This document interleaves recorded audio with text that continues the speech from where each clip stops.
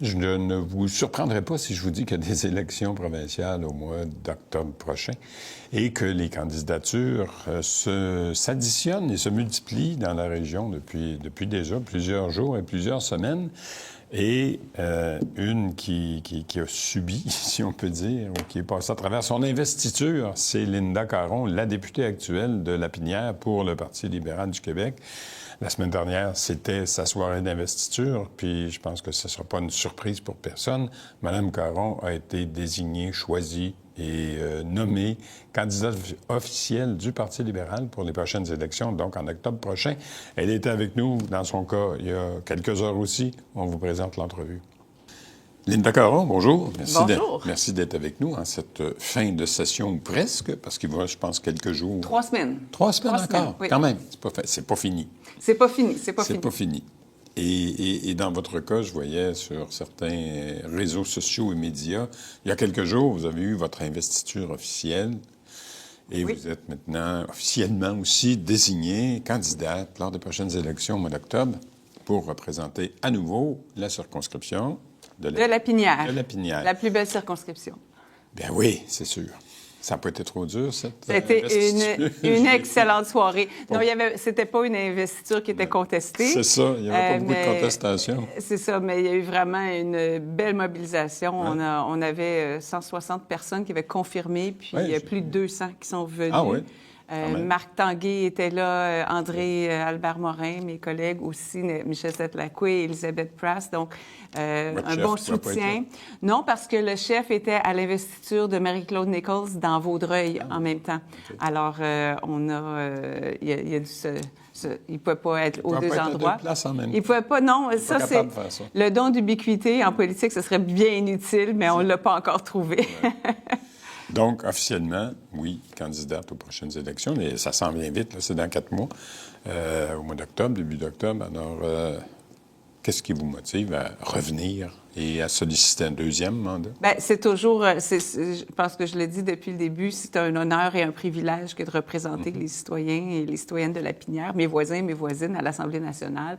Alors, c'est toujours motivant de le faire, autant le travail à l'Assemblée nationale que les rencontres avec mon monde dans le comté, à toutes sortes d'activités. C'est très, très motivant. Vous avez un café encore en fin de semaine prochaine? Oui, dimanche, le 31 mai, 13h30, c'est mon dernier café de la députée, okay. Parce qu'on fait toujours ça jusqu'au mois de mai, parce qu'ensuite, avec la Saint-Jean et tout ça, les gens sont partis.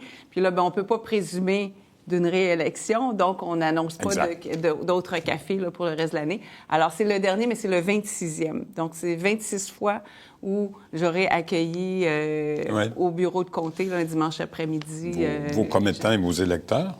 Ils vous disent quoi par les temps qui courent? Ils vous demandent quoi, tous ces gens-là qui vont vous voir? Je pense que c'est assez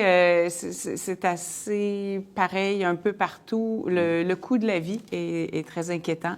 Des personnes âgées, par exemple, qui vendent leur maison, qui vont, que ce soit un appartement régulier, là, ordinaire, ou dans une résidence privée pour aînés, voient que le capital qu'ils ont obtenu à la suite de la vente de leur maison il y a 10 ans ou récemment va peut-être pas durer aussi longtemps qu'ils le souhaitaient. Ouais.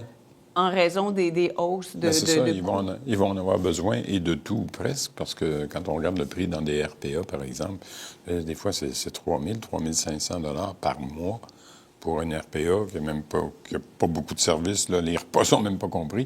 Alors, ça fait 40 000 $ net d'impôts à payer par année juste pour habiter un RPA. Voilà, donc alors ça, c'est vraiment pour les personnes, une préoccupation d'avoir accès aux services aussi, soutien à domicile, là, où j'ai des personnes que j'ai rencontrées qui ont eu une chirurgie et qui n'ont même pas eu de service par la suite. Là. Ah oui. Aucun service.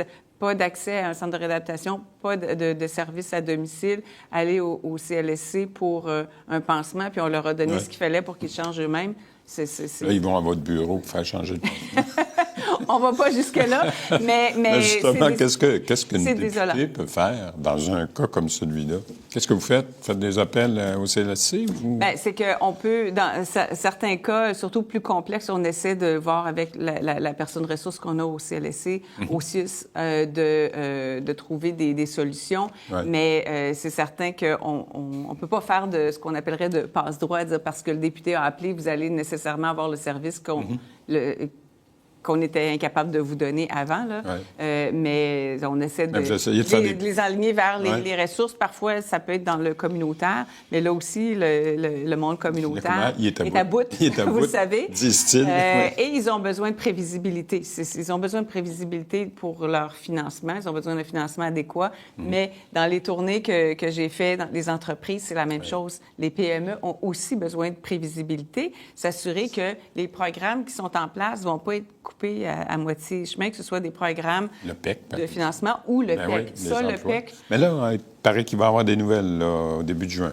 Il va y avoir des nouvelles, mais la réouverture, ça a été là, en 2019, parce que le PEC, c'est le programme d'expérience québécoise. En 2019, c'était ce qu'on appelait la voie royale pour les étudiants étrangers qui venaient étudier, faire leurs études au Québec. Donc, ils étaient formés dans notre système, à notre manière. Ouais. Puis souvent, ils voulaient rester après. Ils pouvaient rester après parce qu'il y avait des emplois qui étaient disponibles. Puis souvent, des familles qui se fondent comme ça aussi. Puis la CAQ avait mis fin à ça en 2019. Oui, c'est ça. Puis on en a des exemples à chaque semaine ou presque là, de gens, de travailleurs à qui on dit, OK, merci beaucoup, bonsoir, vous retournez dans votre pays. Humainement, ça n'a pas de bon sens. Puis économiquement, si je parle égoïstement pour le Québec, ça n'a pas de bon sens non plus. Alors, en 2019, ils se sont rendus compte que c'était pas une bonne idée de l'avoir annulé. Ils ont ramené ça. Là, ils l'ont encore coupé. Ils vont ramener. En tout cas, c'est un fouillis, alors que c'est quelque chose qui fonctionnait bien. C'est ça, mais quand on parle de prévisibilité, il en faudrait un petit peu plus. Nos universités québécoises perdent beaucoup d'argent parce que les étudiants étrangers paient plus cher. Absolument. C'est peut-être pas gentil de dire c'était la vache à lait des universités, mais c'est le cas. C'était déjà le cas, puis là, c'est encore pire dans leur cas parce que les frais sont augmentés aussi. Oui, c'est ça. Alors, on perd ces étudiants dans nos universités. C'est dans tous les domaines. J'ai visité des ressources intermédiaires où tous les employés, sauf un, étaient des travailleurs étrangers. Une ressource intermédiaire en Estrie qui m'a dit: Madame, coupez-nous pas coupez-moi pas mes travailleurs étrangers. Son personnel étranger. J'en ai cherché des gens d'ici, puis j'arrive pas. Puis j'ai besoin d'aide pour m'occuper des personnes qui restent chez nous. En tourisme, les hôteliers, là, c'est épouvantable. Ils ont besoin de... En agriculture. En agriculture. En tourisme, en aussi. agriculture. Puis oui, que ce soit dans les RPA ou dans les CHSLD, là, il suffit de rentrer dans un CHSLD pour comprendre que oui, les travailleurs et les travailleuses sont des travailleurs étrangers. Oui, absolument. Puis j'ai en Gaspésie un hôtelier qui avait agrandi son hôtel avec des installations pour des petits congrès et tout ça, qui m'a dit, là, il faut que je choisisse, est-ce que je ferme des blocs de chambre ou l'espace pour les conférences, parce que j'ai pas de personnel. C'est la réalité sur le terrain, effectivement. Revenons un petit peu à Brossard, dans la Pinière. Les priorités dans la Pinière, les réalisations d'abord, parce que oui, vous terminez votre session dans 3 semaines, mais vous avez quand même œuvré depuis la dernière année aussi à l'Assemblée nationale. Est-ce qu'il y a des réalisations concrètes qui ont été faites dans la Pinière?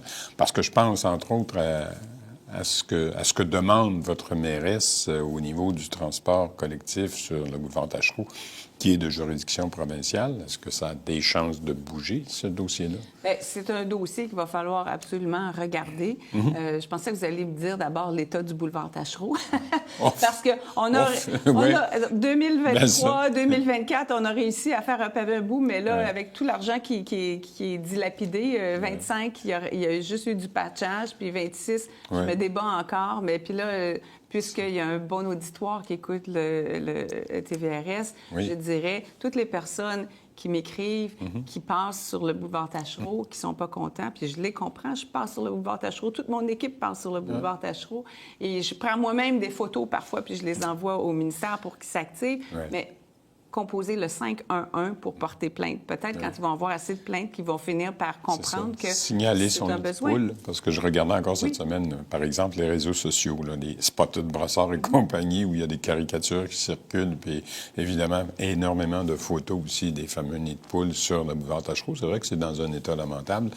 Et c'est de juridiction provinciale. Oui, absolument. Ouais. Donc, alors ça, c'est sûr que c'est une de mes priorités. J'y travaille déjà, mais je suis dans l'opposition. Pour ce qui est d'un projet structurant, je pense que oui, il faut qu'on ait un meilleur transport collectif d'est en ouest. Maintenant, quel sera le meilleur moyen? Ça reste à évaluer. Là, et tout a un prix aussi. Oui, un Parce prix, que j'écoutais encore ce matin, c'est vrai que le déficit est de 8 milliards au Québec. Et quand on parle de nouveaux projets, il y a l'autre versant et l'autre tendance qui dit, bien, on peut s'occuper de ce qu'on a déjà. Tantôt, vous parliez de boulevard Tachereau avec des nids de poules.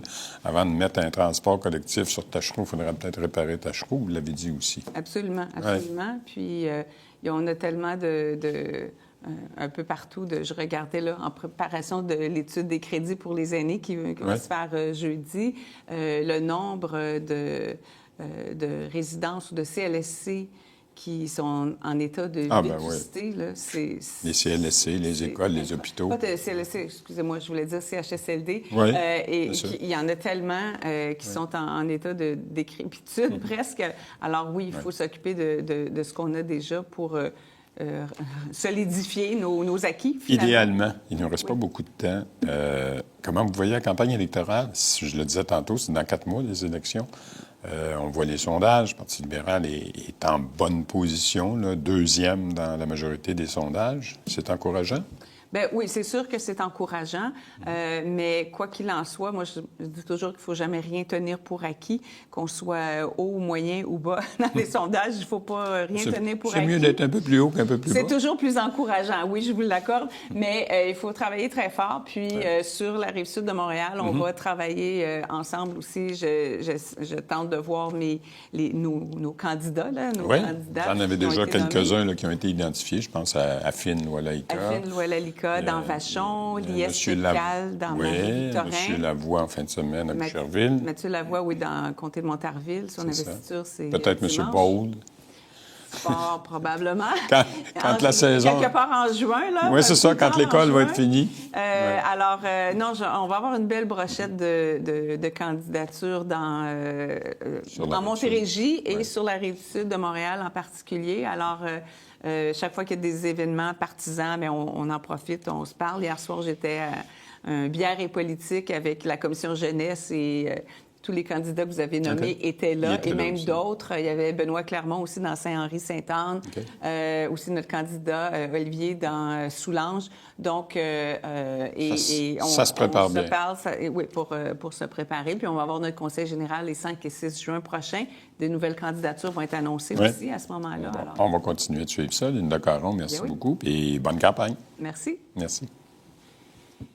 Voilà pour Mme Linda Caron. On s'en va à la pause et au retour, bien, on va encore une fois parler de politique provinciale avec, cette fois-ci, une candidate du côté de Sanguinet. On vous revient tout de suite.